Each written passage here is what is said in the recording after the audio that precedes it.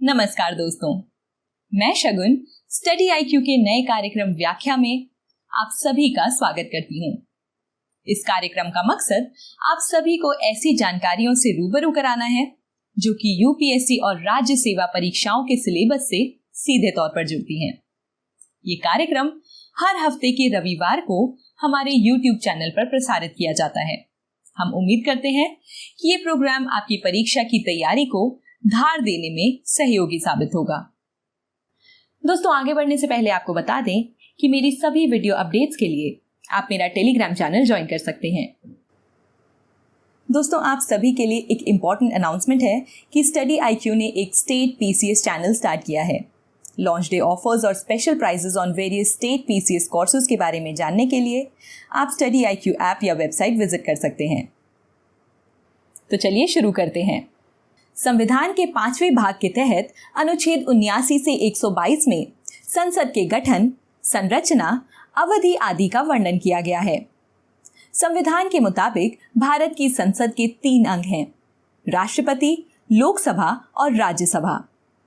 राष्ट्रपति संसद के किसी भी सदन का सदस्य नहीं होते, लेकिन राष्ट्रपति संसद के अभिन्न अंग हैं।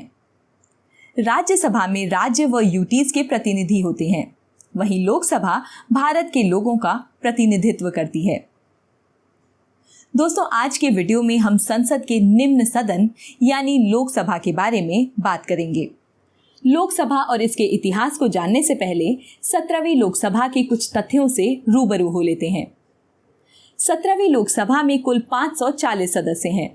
सबसे बुजुर्ग सदस्य हैं श्री शफीक रहमान बर्क और सबसे कम उम्र की सांसद हैं चंद्राणी मुर्मू। 17वीं लोकसभा में महिला सांसदों की संख्या 81 है, जो कि अभी तक का सर्वाधिक आंकड़ा है। संविधान सभा की पहली बैठक 9 दिसंबर 1946 को हुई थी और इसने भी 1950 तक केंद्रीय विधानमंडल के रूप में कार्य किया। बाद में इसे ही प्रोविजनल पार्लियामेंट के रूप में परिवर्तित कर दिया गया। इस दौरान केंद्रीय विधानमंडल 1952 में पहले चुनाव कराए जाने तक एक सदनी रहा। 25 अक्टूबर 1951 से 21 फरवरी 1952 तक चले पहले आम चुनावों के बाद 17 अप्रैल 1952 को पहली लोकसभा गठित हुई। वहीं लोकसभा का पहला सत्र 13 मई 1952 को आयोजित किया गया था। पहली लोकसभा के स्पीकर जीवी मावलंकर थे। वहीं पहली लोकसभा के डिप्यूटी स्पीकर का पद अनंत शयनम अयंगर को हासिल हुआ था। आइए दोस्तों, अब बात करते हैं लोकसभा की। लोकसभा नाम से ही स्पष्ट है, जनता की सभा। ये जनता द्वारा प्रत्यक्ष तौर पर चुने गए प्रतिनिधियों की सभा होती है। इसे लोकप्रिय सदन या पॉपुलर चेंबर के तौर पर जाना जाता है। दरअसल एडल्ट सफरेज के आधार पर चुने गए प्रतिनिधियों से बनी सभा के कारण लोगों में इनकी पहचान लोकप्रिय सदन के तौर पर हुई है। संविधान में लोकसभा के सदस्यों की अधिकतम संख्या 552 तय की गई है। इसमें 530 सदस्य राज्यों से, वहीं 20 सदस्य संघ शासित प्रदेशों से होते हैं। 104वें संविधान संशोधन अधिनियम 2019 के लागू होने से पूर्व तक 2 सदस्य एंग्लो इंडियन कम्युनिटी से चुने जाते थे। दोस्तों, राज्यों के प्रतिनिधि विभिन्न निर्वाचन क्षेत्रों से लोगों द्वारा प्रत्यक्ष तौर पर चुने जाते हैं। वोट देने की एज को 61वें संविधान संशोधन अधिनियम 1988 द्वारा 21 साल से 18 साल किया गया था। वहीं संघ राज्य क्षेत्र के प्रतिनिधियों को चुनने के तरीके को निर्धारित करने का अधिकार संसद को दिया गया है। इसी के लिए संसद ने संघ राज्य क्षेत्र अधिनियम 1965 बनाया, जिसके तहत संघ राज्य क्षेत्र से प्रत्यक्ष तौर पर प्रतिनिधि चुने जाते हैं। लोकसभा अधिकतम 5 सालों के लिए चुनी जाती है। हालांकि इसे 5 साल से पहले ही डिसॉल्व किया जा सकता है। ऐसा 2 स्थितियों में होता है: यदि कोई दल या कोएलिशन सरकार न बना सके या प्रधानमंत्री राष्ट्रपति को डिसॉल्व करने की सलाह दे। इसे कोर्ट में चैलेंज नहीं किया जा सकता।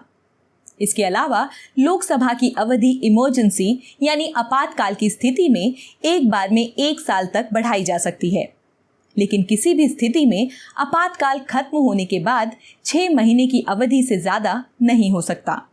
लोकसभा के सत्र के लिए कोरम की संख्या सदन के सदस्यों का 1/10 होना चाहिए। ये बात भारतीय संविधान के अनुच्छेद 103 में कही गई है। वहीं लोकसभा का सदन बनने के लिए योग्यताएं संविधान के अनुच्छेद 84 में बताई गई हैं। इसके मुताबिक भारत का नागरिक और कम से कम आयु 25 साल होना चाहिए। इसके अलावा संसद द्वारा बनाए गए कानून में दी गई कोई योग्यता भी लागू हो सकती है। आइए दोस्तों, अब बात करते हैं कि जनता की ये सभा किन कामों के लिए जिम्मेदार है। संसद के प्रमुख कार्यों की बात करें तो इसका पहला कार्य होता है राष्ट्रीय सरकार का चुनाव। किसी भी राजनीतिक दल को सरकार बनाने के लिए लोकसभा में चुने हुए प्रतिनिधियों की मेजॉरिटी होनी चाहिए। ऐसे ही संसद के अंग लोकसभा का प्रमुख काम होता है कार्यपालिका का चुनाव करना। कार्यपालिका को आम बोलचाल की भाषा में सरकार कहा जाता है। मंत्रिपरिषद लोकसभा के प्रति सामूहिक तौर पर जिम्मेदार होती है। यदि लोकसभा बहुमत से नो कॉन्फिडेंस मोशन पारित करते तो प्रधानमंत्री सहित पूरी मंत्रिपरिषद को इस्तीफा देना होता है। कोई भी साधारण विधेयक को कानून बनाने के लिए संसद के दोनों सदनों से पारित कराना जरूरी है। हालांकि दोनों सदनों में मतभेद की स्थिति में जॉइंट सेशन बुलाया जाता है। आमतौर पर सदस्यों की संख्या अधिक होने के चलते इन बैठकों में लोकसभा की स्थिति मजबूत होती है। संसद का दूसरा काम होता है सरकार पर नियंत्रण रखना, गाइड करना और सलाह देना। दोस्तों, अब हम उन पॉइंट्स पर बात करते हैं जहां लोकसभा की स्थिति राज्यसभा के समान है। साधारण विधेयक, संविधान संशोधन विधेयक और वित्त विधेयक 2 के इंट्रोडक्शन और पासेज के मामले में दोनों सदनों की समान स्थिति है। यहाँ पर फाइनेंशियल बिल यानी वित्त विधेयक को लेकर एक बात समझनी जरूरी है। वित्त विधेयक 2 तरह के होते हैं। वित्त विधेयक 1 के बारे में अनुच्छेद 117(1) में, वहीं वित्त विधेयक 2 के बारे में अनुच्छेद 117(3) में दिया गया है। वित्त विधेयक 1 केवल लोकसभा में पेश किए जा सकते हैं। वित्त विधेयक 2 में भारत की संचित निधि से संबंधित मामले होते हैं। वित्त विधेयक 2 को संसद के दोनों सदनों में पेश किया जा सकता है। इसके अलावा राष्ट्रपति के निर्वाचन और इम्पीचमेंट यानी महाभियोग में दोनों सदनों की समान स्थिति है। इसके अलावा उपराष्ट्रपति के चुनाव में दोनों सदनों की समान स्थिति है। आइए दोस्तों, अब हम उन पॉइंट्स को देखते हैं जहां लोकसभा और राज्यसभा की स्थिति में अंतर है। धन विधेयक केवल लोकसभा में प्रस्तावित किए जा सकते हैं।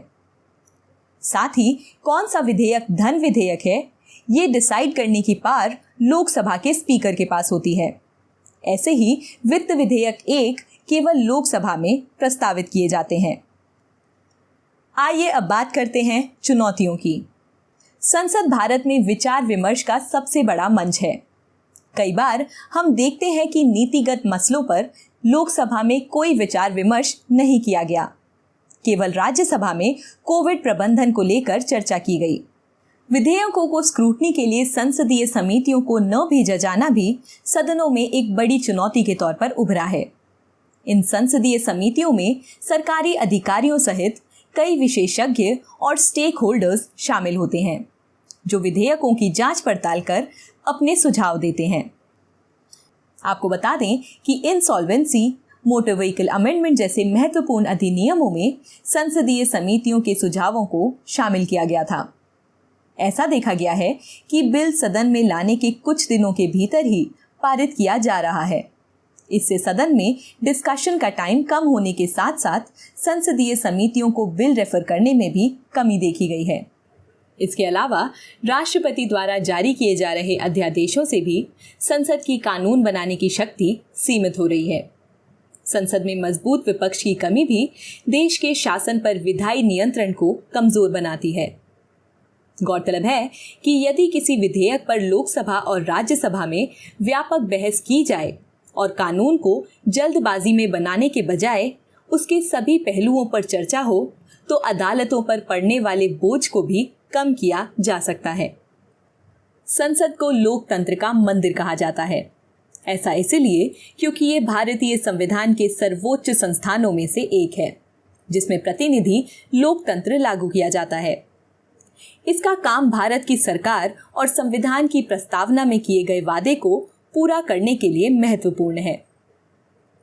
संसद एक मजबूत विधायी निगरानी प्रणाली, जवाबदेह सरकार और कल्याणकारी राज्य के वादे की प्राप्ति सुनिश्चित करती है।